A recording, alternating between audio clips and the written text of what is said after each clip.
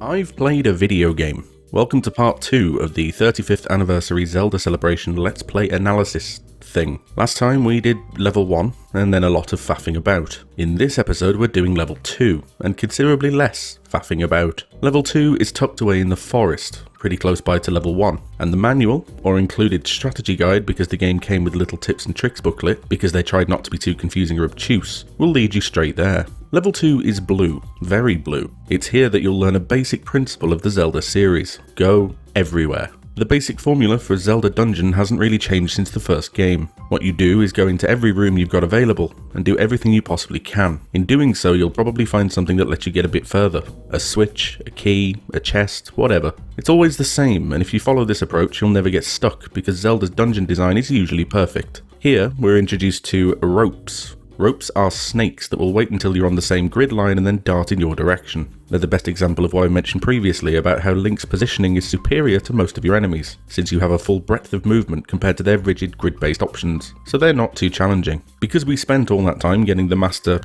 White Sword, there's not a lot in this dungeon that can really challenge us, but there are some things we'll need to do. First of all, pay attention to the Goria, these boomerang throwing dudes. Notice that they're using the same boomerang as we are. The standard one that flies about halfway across the screen before returning. Keep that in mind, it'll be important later. Notice also that when I kill this one, they all disappear. This is the ringleader system, a rare feature where sometimes one enemy will serve as a ringleader to the others, and if you kill that one, they'll all die together. This isn't something you can really plan around because there's no way to tell the difference, but it's a pleasant little surprise during combat, and helps to keep your moment-to-moment gameplay fresh and exciting. In here we've got stronger blue Goria that are still using the same boomerang. See how many hits they take with the white sword? The white sword is twice as powerful as our starter wooden one, so imagine how much fun this wouldn't be if we hadn't gone to fetch our upgrade. Kill them and something will appear in the middle of the room. It's a boomerang, a bluish silvery boomerang, what the game refers to as the magical boomerang. Now believe it or not, you might not want to pick this up. We will, because I'm good at this game,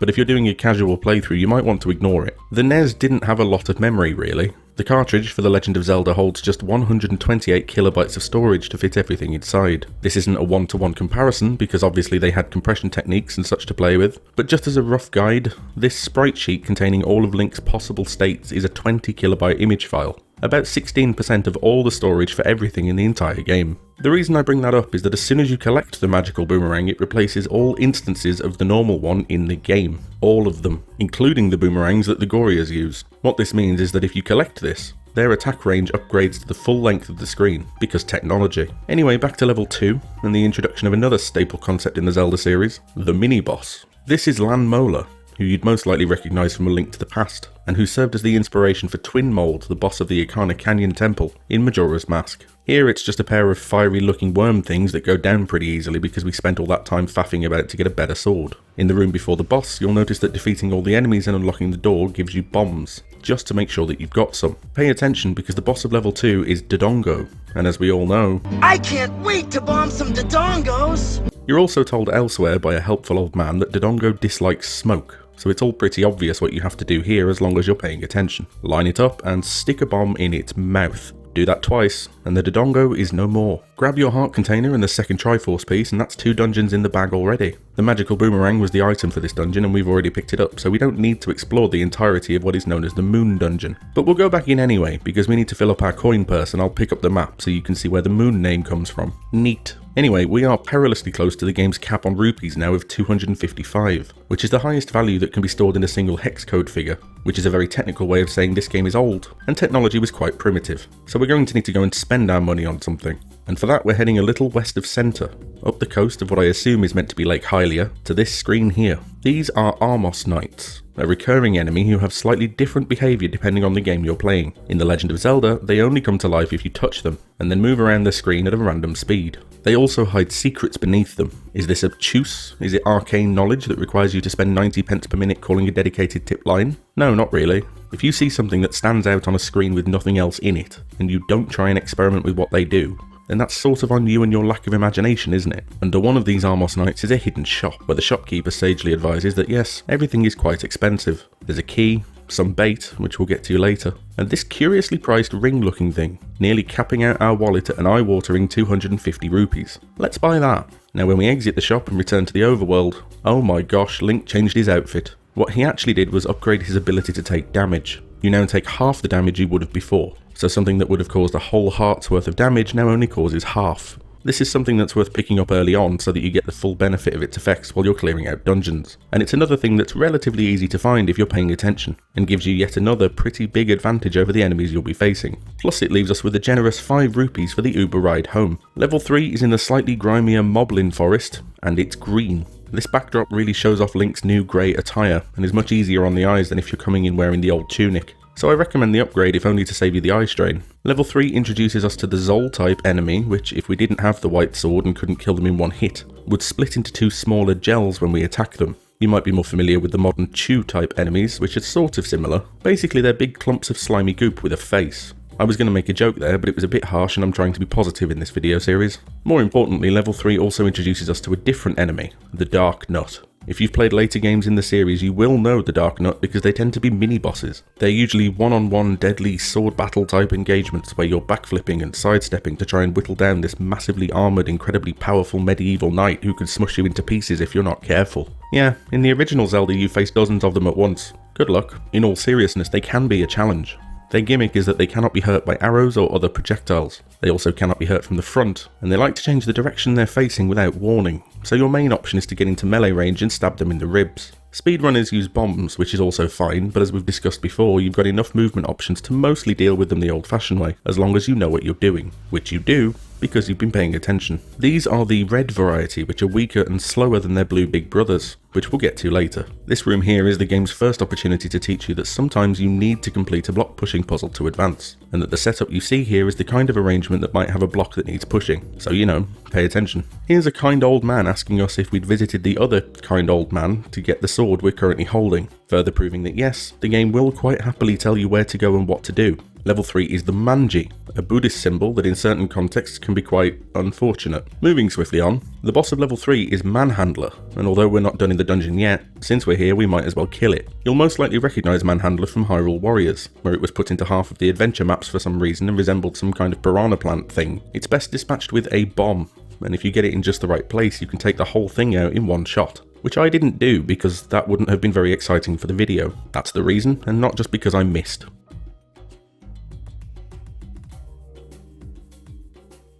With the boss taken care of, we actually need to go back into level 3 because we left something behind. Up to this point, if you wanted to, you could have done levels 1, 2 and 3 in any order you like. Level 4 requires a certain item to access, and it's found in here. This is the Raft, a wooden raft that makes a sporadic return throughout the rest of the series. In The Legend of Zelda, you need the raft to cast off from these clearly marked docks, and access otherwise out of reach areas across the water. This dock in particular takes us to level 4, which we might as well dive right into since our next bit of overworld faffery requires the item from in here anyway. Level 4 is a sort of sickly mustard colour, and introduces us to Vaya, a kind of conglomerated bat creature who splits into 2 red geese when you hit it. Stay close to them so you can smack the geese right as they spawn, or this can get out of hand really quickly. We're also introduced to the reason we bought that candle way back in the last episode, as sometimes when you enter a room now, it'll be dark. You don't necessarily have to light them up, but one of the level design choices in the game is where and how they implement blocks, walls and hazards in each room to suggest that maybe you should. There's also bubbles. No, not that one. Bubbles are recurring enemies in the series, but they started life as these flashing orbs that move around in a grid pattern. They cannot be killed, which seems overpowered, but they also can't kill you. They do absolutely no damage whatsoever. What they can do, however, is curse you. If they come into contact with you, you can no longer use your sword for about 3 seconds. In conjunction with other enemy types, you can see how this might be deadly. You'll also notice that this dungeon has a lot of blue space we can't walk in, which I think is supposed to be water.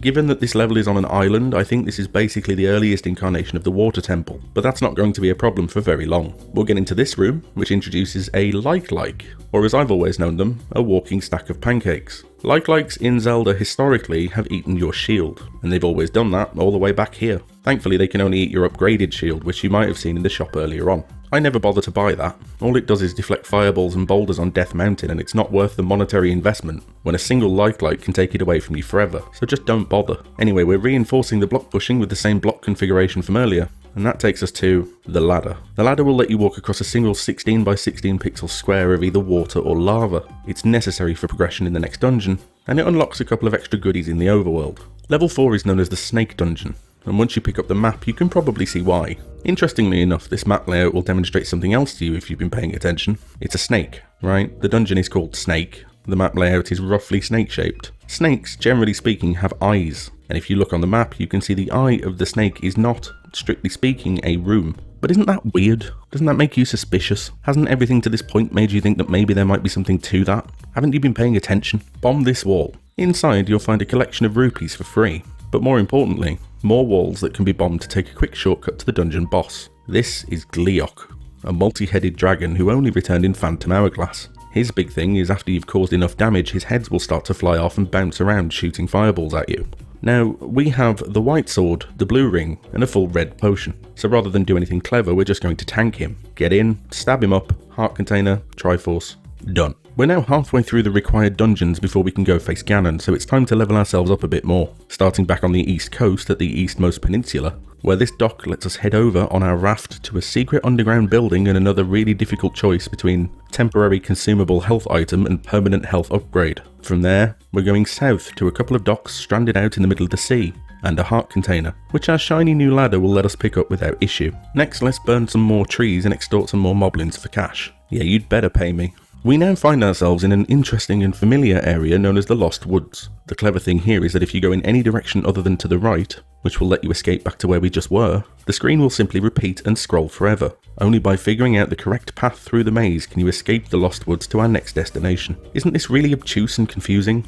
No. An old lady in a tree will tell you exactly what order to walk in if only you'd pay attention. So do that and you'll end up in another distinct portion of the overworld, the graveyard. Why are we at a graveyard? Because somebody died, and they took a really awesome sword with them. Is this a reference to a past incarnation of our hero? Maybe. Am I going to start discussing the Zelda timeline when this video series is already running for an obscene amount of time? No. This old man lives inside a grave, which is a bit grim. And this time, if you've got 12 heart containers, which we do, you can get the magical sword, the strongest sword in the game. What's interesting to note about this is there's no way to obtain this if you don't collect at least one optional secret heart container. Now, admittedly, some of them are easier to find than others, but it's still an interesting and rewarding piece of design that Nintendo used a powerful weapon as a reward for exploration and paying attention. Little side note for you while we're here.